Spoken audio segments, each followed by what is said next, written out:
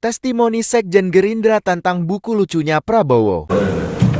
Nah, buku yang ditulis oleh saudara Sunarno dan saudara Bagio, ini adalah buku sisi-sisi lain yang beliau dapatkan dari seorang Prabowo Subianto. Prabowo Subianto adalah manusia biasa yang tentu saja ada sisi kelebihan, tetapi juga ada sisi-sisi kekurangan. Yang dicatat di sini adalah sisi-sisi lain dari seorang Prabowo, lucunya Prabowo yang tidak banyak orang terpublikasi. Yang dipublikasi atau yang digede-gedein adalah marahnya Prabowo. Yang saya sedih itu, teman-teman yang dulu merasa sebagai korban hoax, hari ini sebagai pelaku hoax. Ah, gimana tuh Bang? Gimana maksudnya Bang? Ya, dulu kan banyak pendukung-pendukung Pak Jokowi merasa sebagai korban hoax. Hari ini mereka jadi pendukung Mas Ganjar, jadi pelaku hoax mereka. Yaitu yang di hoax yang pertama misalnya, ketika Gibran dibilang, ini Gibran nggak tahu data nih, penduduk Indonesia aja cuma 270 juta, kenapa program makan gratis bermanfaat buat 400 juta? Pidatonya dipotong. Karena Gibran kasih contoh ini sudah dilaksanakan di 76 negara. Yang itunya dipotong. Pelaku hoax nggak kira-kira? 400 juta di 76 negara. Di 76 negara. Ini, wah Indonesia gimana? Ini kan hoax-hoax kayak gini itu banyak bertaburan nih. Sama kayak hoax misalnya dibilang pasangan Prabowo Gibran itu mengusulkan nggak ada debat cawapres. Padahal bukan kita yang mengusulkan. Yang mengusulkan kalau tercatat di minute of meeting itu pasukan timnya Amin yang mengusulkan hal seperti itu. Tapi kemudian ditwist kayak gitu. Hoax yang terbesar itu adalah ketika debat dia membawa orang tua dari Harun Ar-Rasyid. Ini saya bawa orang tua pendukung Bapak. Harun Ar-Rasyidnya ketika meninggal usia 15 tahun. Itu hoax yang luar biasa dipakai memang untuk cyber mungkin untuk Pak Prabowo. Padahal kan sebenarnya Pak Prabowo kalau iseng ya, bawa juga Mas AHY pas debat. Saya juga bawa Mas AHY ini korban PHP-nya Mas Anies gitu. Anak sekecil itu berkelahi dengan Mahfud. Kleru. Yang dulu-dulu Pak Prabowo dibully, diajar 2 orang. Tidak ada yang ngomong etika. Sekarang yang tua baper sama anak kecil. Cie. Yang lain kelihatannya suhu, ternyata cupu. Mas Gibran kelihatannya cupu, ternyata suhu. Coba tadi sore saya ketemu Mas Gibran di Kendal. Enggak apa-apa, Gus, saya dihina. Enggak apa-apa. Dulu Bung Karno mengatakan, berikan kepadaku 10 pemuda akan aku guncang dunia. Sekarang baru 1 pemuda dari Solo sudah terguncang.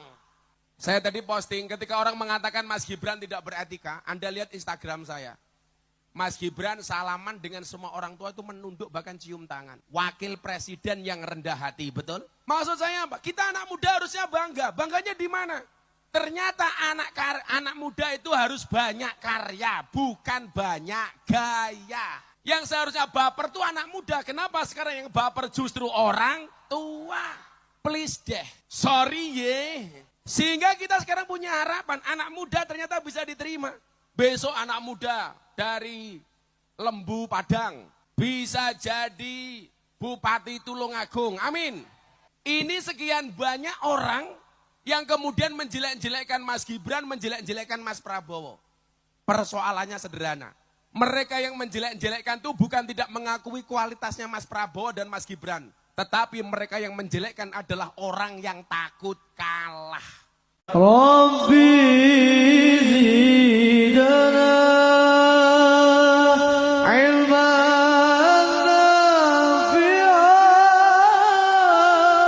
wa wafiqna amalan maqbulan wa hab lana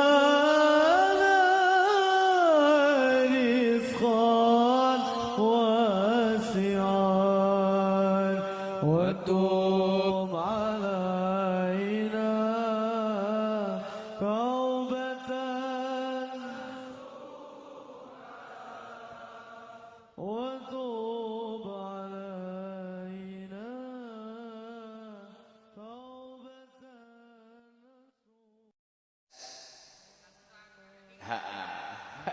Sing jelas dekengan pusat, nggih. Gak masalah. Nggih. Alhamdulillah. Ini suatu hal yang luar biasa, saya bisa hadir di tengah-tengah keluarganya Pak Jokowi ya. Semoga kita semua ini bisa ketularan keramat, ketularan ampuh lah, ditoto kabeh anak turunnya ini. Dan ayo tenang aja. Yang penting Mas Gibran nggak usah khawatir Mas Gibran. Di belakang jenengan ada saya. Saat itu kami sempat bingung.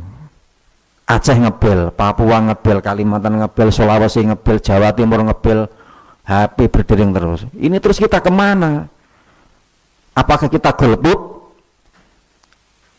Apakah kita ke 01? Atau kita ke 02? Atau gimana? Saya bingung, tidak bisa jawab. Akhirnya saya silaturahmi sowan ke seseorang ulama di Kabupaten Demak, tepatnya di Kecamatan Guntur, Kabupaten Demak, Jawa Tengah, yang bernama Kiai Haji Ashedi.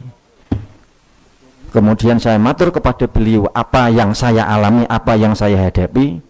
Kemudian beliau mengatakan dengan kemampuan insting batiniahnya, kabar dari langit mengatakan, panjenengan Gus gabung saja ke 02. Kok sakit yi? Kok bisa yi? Iya, karena di situ 02 ada tokoh yang punya makom tinggi.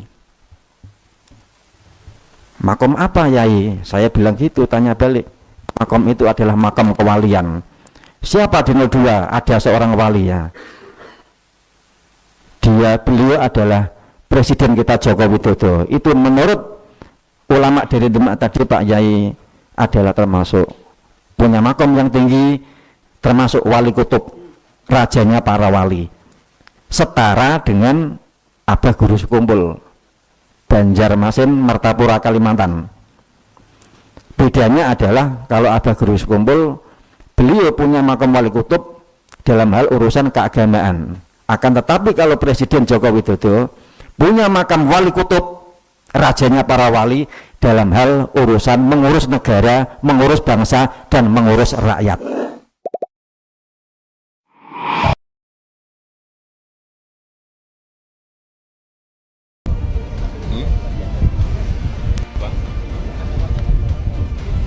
Kan hak demokrasi, hak politik setiap orang, setiap menteri sama saja. Yang paling penting presiden itu boleh loh kampanye, presiden itu boleh loh memihak.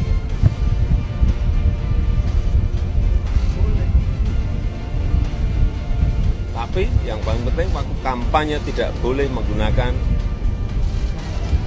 fasilitas negara. Boleh. Kita ini kan pejabat publik sekaligus pejabat politik. Boleh berpolitik, nggak boleh. Menteri juga boleh. Gimana? Itu saja. Yang mengatur itu hanya tidak boleh menggunakan fasilitas negara. Itu aja. Ada rekomendasi untuk mundur, Pak. Gimana? Ya saya mau tanya. Bumi Anda. Pak Presiden. Pak Presiden. Pak. Mundur bagaimana, Pak? Apanya? Jangan di ini loh. Apa? Presiden tidak boleh ini. Boleh berkampanye itu boleh. Memihak juga boleh. Tapi kan dilakukan atau tidak dilakukan itu terserah individu masing-masing. Ya. Hah? Kampanye? Ya boleh saja saya kampanye, tapi harus cuti, tidak memakai fasilitas negara. Hah? Terima kasih, teman-teman. Ya nanti dilihat. Terima kasih, Pak. Bu Mega atau bagaimana, Pak? Pak Prabowo udah sehat, Pak.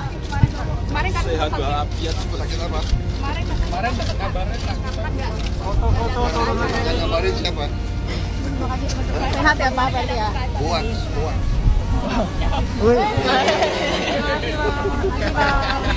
Terima kasih, Pak.